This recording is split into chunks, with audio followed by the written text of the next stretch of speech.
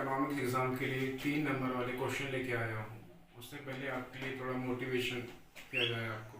मंजिल मिले ना मिले ये मुकद्दर की बात है, हम कोशिश भी ना करें ये तो गलत बात है।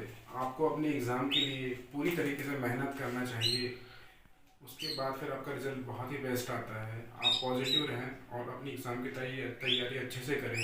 थोड़ा सा प्रयास मैं आपके लिए कर रहा हूँ, हो सकता है कि ये क्वेश्चन आपको आ जाए। वेरी मोस्ट इंपॉर्टेंट क्वेश्चन है आपके लिए।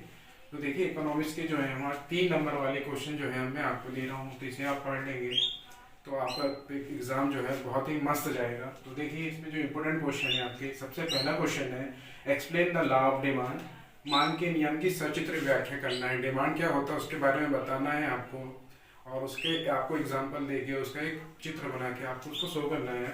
उसके what is the total utility with formula. आपको कुल उपयोगिता की आपको सूत्र लिखना है। उपयोगिता 3 प्रकार की होती है, आपको बताया गया है। उस हिसाब से आपको सिर्फ केवल ओनली क्या लिखना है, यहाँ पर आपको टोटल यूटिलिटी लिखना है, कुल उपयोगिता क्या होती है। Right the features of indifference curve. Indifference curve का मतलब होता है उदासीनता वक्र, इसको बोला जाता है। तो इसकी विशेषताएं आपको यहाँ पर लिखना है। उसके अलावा अगला क्वेश्चन है आपका different budget set and budget line. Very most important question. ऐसा कोई सा भी अभी तक एग्जाम नहीं गया है जिसमें कि इसे नहीं पूछा गया हो। आपको बजट सेट का भी अलग से पूछ सकता है या बजट लाइन भी आपको अलग से पूछ सकता है उसमें। अगला क्वेश्चन आपका explain 3 features of perfect competition. देखिए पूर्ण प्रतियोगिता की 3 विशेषताएं बताइए। हमने पढ़ा है कि परफेक्ट और इम्परफेक्ट कंपटीशन क्या हो सकता है। आप एक्स्ट्रा लेके चले तो आप इसमें जो डिफरेंस होता है परफेक्ट और इम्परफेक्ट कंपटीशन में, तो वो भी बहुत मोस्ट टाइम की है आपके लिए, तो उसे भी आप प्रिपेयर कर लें। Explain law of supply. पूर्ति के नियम की व्याख्या कीजिए। देखिए डिमांड अलग होता है, सप्लाई अलग होती है, दोनों में अपोजिट रिलेशन होता है, तो उसको लेकर आप यहाँ पे तैयारी करेंगे तो बेस्ट आपका जाएगा। यहाँ पे एक्सप्लेन 3 फंक्शन ऑफ आरबीआई। आपको सब मालूम आरबीआई जो होता है बैंकों का बैंक कहलाता है। आरबीआई जो होता है गवर्नमेंट बैंक कहलाता है। तो उसके आपको इसमें क्या लिखना है, आपको 3 फंक्शन लिखना है कि आरबीआई का मतलब फंक्शन कार्य क्या होते हैं। उसके बाद explain function of commercial bank. Commercial bank के आपको भी इसमें कार्य लिखना है कि उनके फंक्शन कौन कौन से होते हैं। Right 3 secondary function of money. आपको लिखना है मुद्रा के गुण या सहायक कार्य कौन कौन से होते हैं। मनी आपको मालूम है क्या होता है, उसके आपको वर्क लिखना है।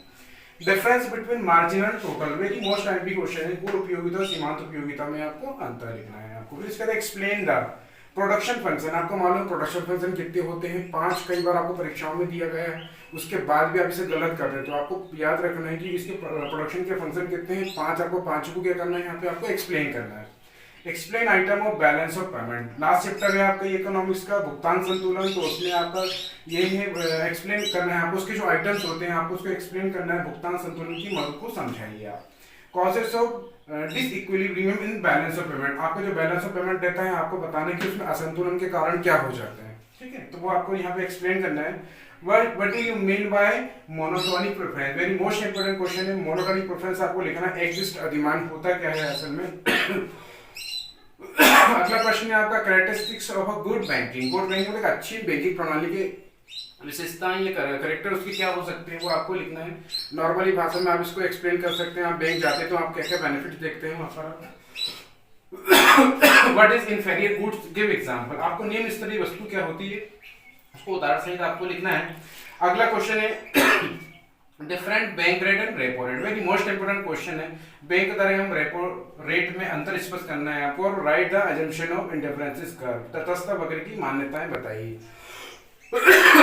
इसके अलावा आप जो है आपकी बुक में जो बड़े बड़े जो भी डिफरेंसेस हैं, कभी कभी एग्जामिनर क्या करता है 3 नंबर और 4 नंबर वाले में पूरा डिफरेंस डाल देगा। तो आप क्या करें उसके लिए जितने भी डिफरेंसेस हैं इनके अलावा इनको तो मस्त तरीके से आप याद कर लें। एक बार उनको पढ़ लें तो आपको थोड़ा आइडिया हो जाएगा, तो आप उसको भी एक्सप्लेन कर सकते हैं।